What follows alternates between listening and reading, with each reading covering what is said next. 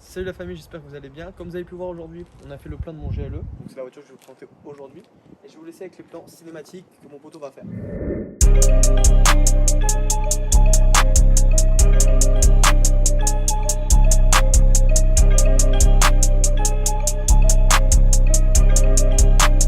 Hey, CR.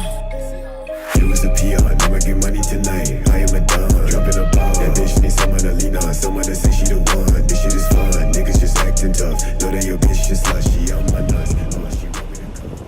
Donc comme vous pouvez le voir, on est dans le GLE, on vient juste de le laver. Donc là on est un petit peu sur des routes sympathiques, sinueuses, etc. Donc c'est pas le comportement normalement des 4x4. Mais bon, on va le sécher en même temps, on va regarder un petit peu. Je vais vous dire les défauts et les qualités. Pour le moment, bon là on est en mode confort, donc en fait ça tangue énormément. Faut le savoir, voilà, c'est une voiture que je trouve qui tangue énormément. On peut vite avoir mal au cœur, même si on est vraiment habitué, etc. C'est vachement. Je sais pas ce que t'en penses toi, mais. Alors moi pour l'instant, ce que j'ai remarqué, donc on a fait beaucoup d'autoroutes tout à l'heure, donc j'ai remarqué son comportement en ligne droite, en accélération. Mais dans les virages, c'est un petit peu ma première fois, on va dire, dans un SUV sur une route sinueuse. Donc hâte de voir ça. Je sais que ça marche, mais est-ce que ça se comporte bien dans les virages? Ce qu'il nous reste à voir. Voilà, moi mon avis personnel, c'est que si on est en mode confort, dans les virages, il tangue un peu. Donc là on est en mode confort là-dessus? Là on est en mode confort. Voilà. Okay. Là on est en confort, il n'y a pas de suspension sport, il n'y a rien du tout. On sent qu'il est, tu vois, un peu bateau. Ouais, carrément. Donc, voilà, bon, c'est un 4x4, c'est fait pour ça aussi. Mais bon, j'ai pas le même comportement sur mon Cayenne. Tu vois, mon Cayenne, je trouve qu'il est vachement plus, je sais pas, le comportement routier est beaucoup plus routier et sportif aussi. C'est vachement, c'est marrant. C'est deux voitures complètement différentes. C'est vrai que moi, mon ressenti en tant que passager, du coup, c'est totalement différent. Le Cayenne, voilà, ça va accélérer, ça marche une tonne, mais j'ai l'impression que c'est un peu plus raide. Ouais. Après, niveau gabarit aussi, ça peut se comprendre. Quand on voit les deux gabarits côte à côte, c'est pas la même chose. Le GLE est beaucoup plus gros, plus haut et plus imposant. Ouais. Alors, il faut savoir que c'est un 63 AMG, c'est pas un S. Donc, d'origine, il fait 557 chevaux. Bien entendu, j'ai fait une petite reproc stage 1. Je sors 650 chevaux. Voilà, donc ce qui est déjà. Et 850 Nm ou 900 Nm de coupe. C'est énorme, c'est un tracteur. C'est-à-dire que là, on appuie, voilà, on part. Pour comparer, c'est aussi puissant qu'un Urus. T'as autant de chevaux que dans un Urus. Voilà, en tant que, voilà, si on fait une comparaison. Après, le Urus est peut-être beaucoup plus développé et évolué par rapport à celui-ci. Bon, il est de 2017, il n'est pas non plus années 40. Mais c'est fait peut-être plus pour la sportivité et pas par rapport à celui-là. Moi, ce que j'aime sur celui-là, c'est le bruit. Donc là, en fait, il y a un échappement AMG Perf d'origine, mais je l'ai changé pour un Capristo. Alors quand on appuie, les valves s'ouvrent, c'est exceptionnel. Franchement, c'est beau. Ça, je peux en témoigner. Voilà, c'est très beau. Quand ça s'ouvre, ça chante, c'est incroyable. Donc c'est vachement sympa. Après voilà, l'intérieur, c'est un intérieur de GLE 103. Les GLE sont pareils aussi. Je veux dire, il n'y a pas non plus de grande différence, à part le petit AMG sur le volant. C'est des petites choses qui c'est des petites choses qui se différencient. L'option carbone, qui est très sympathique. Les sièges chauffants, l'armane cardon, tour en panoramique, tête en anglement, enfin voilà. C'est pas un full option, mais c'est un très très bien optionné. Donc c'est plutôt sympa. Les sièges électriques, etc., mémoire, enfin voilà. C'est un peu plus. Donc là, je vais le passer en mode sport, plus. Voilà. Donc là, on est en suspension sport. Boîte sport plus. Et là, je vais le mettre en manuel. Voilà. Donc là, en fait, c'est moi qui gère avec les palettes. Donc là, l'échappement est fermé. Dyson. Là, il va commencer à s'ouvrir.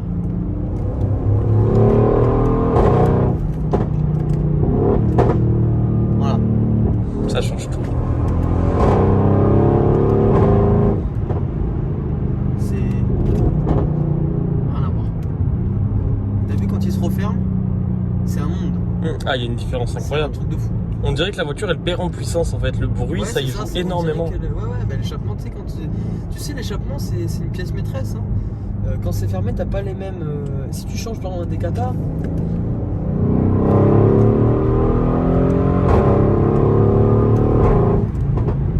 tu vois, si tu changes un décata sur une voiture, tu vas avoir plus de puissance, tu vas passer en stage 2. Ça y joue quand même vachement sur le comportement de la voiture.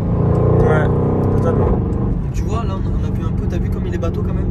Ouais, c'est vrai qu'il reste bateau, on sent vraiment que la voiture, comme s'il y avait un axe au milieu et qu'elle basculait en arrière, sur les côtés. Elle n'est pas posée au sol comme une sportive, une supercar ou même un super SUV. Donc là, tu vois, vu que je suis en sport plus, la voiture elle est au moins 1, donc elle est un peu plus basse. Voilà. Après, j'ai suspension aussi pour la montée, s'il y a des trucs à passer, etc. Bon, c'est très rare hein, sur les routes d'aujourd'hui, il n'y a pas besoin de monter la voiture, mais bon, des fois on sait jamais. Ça peut toujours servir en soi. Voilà. Donc les 650 chevaux, tu vois, on les sent pas tant que ça, on les sent, mais c'est pas fabuleux.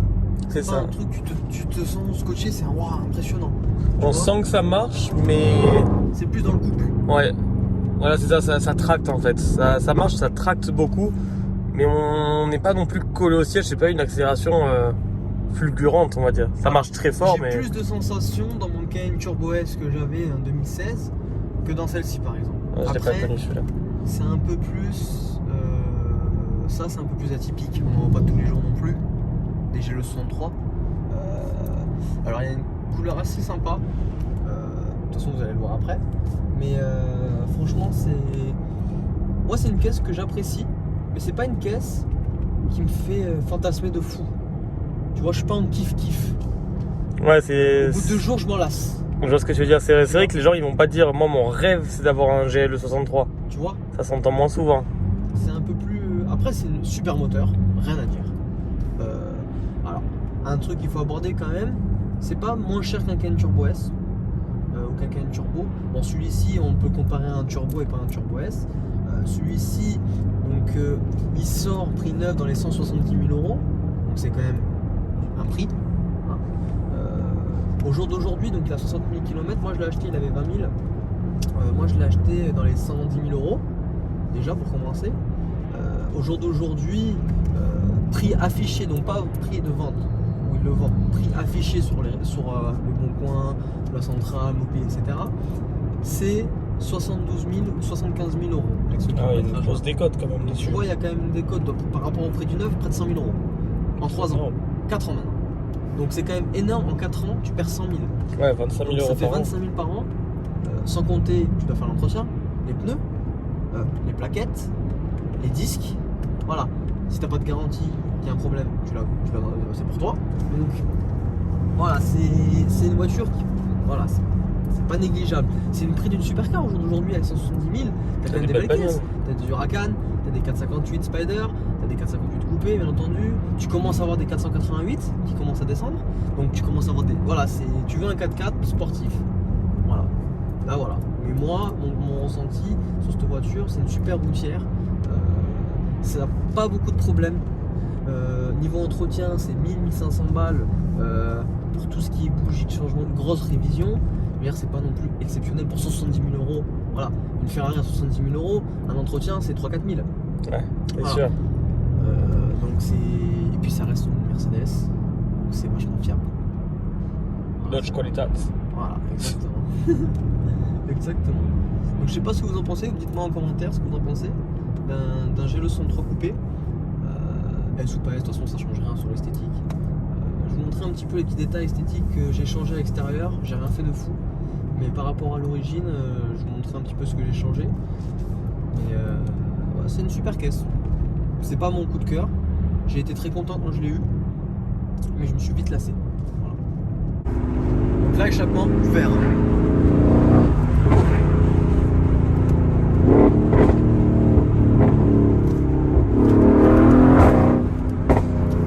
Désolé si la caméra elle saute un peu parce que comme on disait tout à l'heure il y a beaucoup de coups.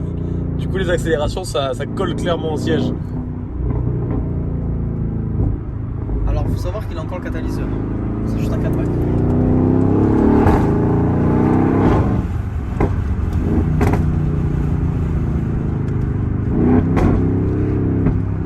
Capristo, franchement, c'est les meilleurs pour ce type de voiture-là. Petite télécommande, 1 pour fermer, 4 pour ouvrir, 3 c'est automatique, mais bon ça c'est tout le temps. Et 2, on sait pas à quoi ça sert. Clairement, il n'y a pas de touche, voilà, c'est pas prédéfini. On va faire aussi un test. On va tout fermer. Je vais rouler en normal avec l'échappement. Juste voir ce que ça donne en roulant normal. vois, tu sens déjà que bon, c'est ouvert quoi. Ça glougloute un peu ça. C'est un Riva, hein. C'est comme un Moto Riva. C'est Mm. c'est vachement grave. Carrément. Ça c'est le biturbo de CMG, hein, de toute façon, c'est comme ça. Oh, on sent qu'il y a quelque chose quand même. Hein. Voilà, tu sens que là, voilà, et on est fermé hein, dans la voiture là. Donc, tout est fermé. Hein. Tu vois, si je vois un petit peu, juste le petit ouvrant, un petit peu. Alors là, en confort, donc tu as le d'échappement qui est ouvert. Par contre, tu n'as pas les pop and band qui sont d'origine. Donc là, même si je rétrograde en fait, tu vois, t'as pas les pas. Ah ouais. Tu vois, c'est très léger. Ouais, elle pèse beaucoup moins. Là, si je commence à mettre en Sport Plus, Ah, là, ça pète dans tous les sens là. tu vois, voilà. Ça change tout. Donc dis-moi si vous préférez fermer ou ouvert. Je pense que la question est vite répondue. Niveau 0 à 100. Alors d'origine c'est 4 secondes 2. Avec la prépa je pense qu'on est plus dans les 4 secondes, 1-4 secondes. Maintenant on le sent pas. Je vous dis la vérité. Voilà, on le sent pas du tout. Mais bon, ça marche. Et avec un tracteur devant nous, on y arrivera encore Ah, moins. non, là voilà. Bah, là on peut avoir 1500 chevaux, ça sert à rien. À moins d'avoir une 4x4, un vrai 4x4 et de prendre par la droite. Non, on va par la droite, ouais. C'est clair. Non, après voilà, le bruit il fait plaisir. Voilà. Bah, Le l'avant- seul petit bémol que je trouve c'est Capristo, c'est que pourquoi ne pas démarrer le Colstar, donc la nuit il dort et le matin tu prends ta voiture, pas le mettre en on. Tu vois, tu peux pas le mettre en on, c'est-à-dire que même si tu démarres avec la télécommande, tu appuies sur le 4 pour le mettre en on, il ne s'ouvre pas. Je pense que c'est une sécurité pour pas réveiller les voisins ou quoi que ce soit parce que c'est vraiment fort. Ouais, c'est sûr. Les voisins ils mettraient un plomb. En fait, ce qui est cool avec ces voitures, avec cette ligne surtout, c'est que même là où ça avance pas comme ça, ouais, toute petite accélération, le bruit reste agréable, ça reste vraiment sympa à entendre, comme là, ce qu'on fait depuis tout à l'heure. Petite accélération. Voilà, rien que ça reste super plaisant en fait. On dirait une mitraillette un peu, tu sais. Ouais, petit coup. C'est impressionnant. Bon, du coup, on va vous laisser. On va faire les petits plans extérieurs pour que vous puissiez voir un petit peu la voiture d'extérieur, les détails, etc. Et on fera un petit briefing après. Voilà.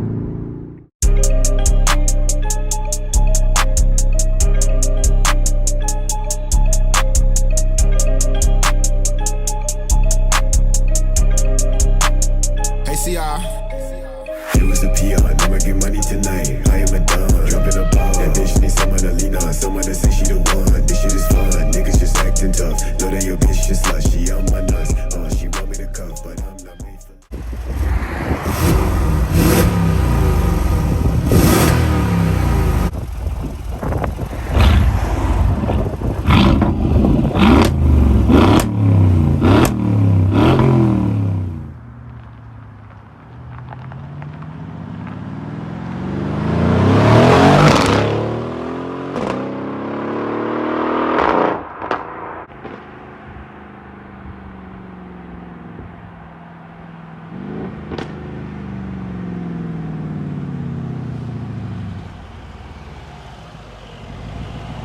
Ouais, mais voilà. Donc du coup, je vous fais une petite conclusion.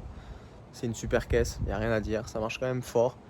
Mais ça dépend de ce que vous cherchez. Ça marche plus fort un Cayenne turbo. Et j'ai eu la chance de pouvoir essayer les deux et d'avoir les deux. Un Cayenne turbo va être plus puissant, plus agressif en termes de puissance que le GLE. Par contre, le GLE, voilà, il a une gueule exceptionnelle. C'est un truc de fou. Mais voilà, après c'est la team MG, la team Cayenne, voilà, c'est comme ça. Donc, petite chose que j'ai faite dessus, donc les petits trucs en noir, voilà. Surtout, n'hésitez pas, petit pouce bleu, un petit follow, ça fait toujours plaisir, un petit commentaire, ça fait toujours plaisir. Et surtout, on se retrouve tous les mercredis avec une nouvelle vidéo. Je suis habillé pareil parce que j'ai fait toutes les vidéos le même jour, la R8 et celle-ci. Donc, à plus tard et surtout, n'hésitez pas Contactez-moi sur Instagram ou n'importe où pour faire des vidéos avec vos voitures ou quoi. Je suis chaud, envoyez-moi tout et on gère ça.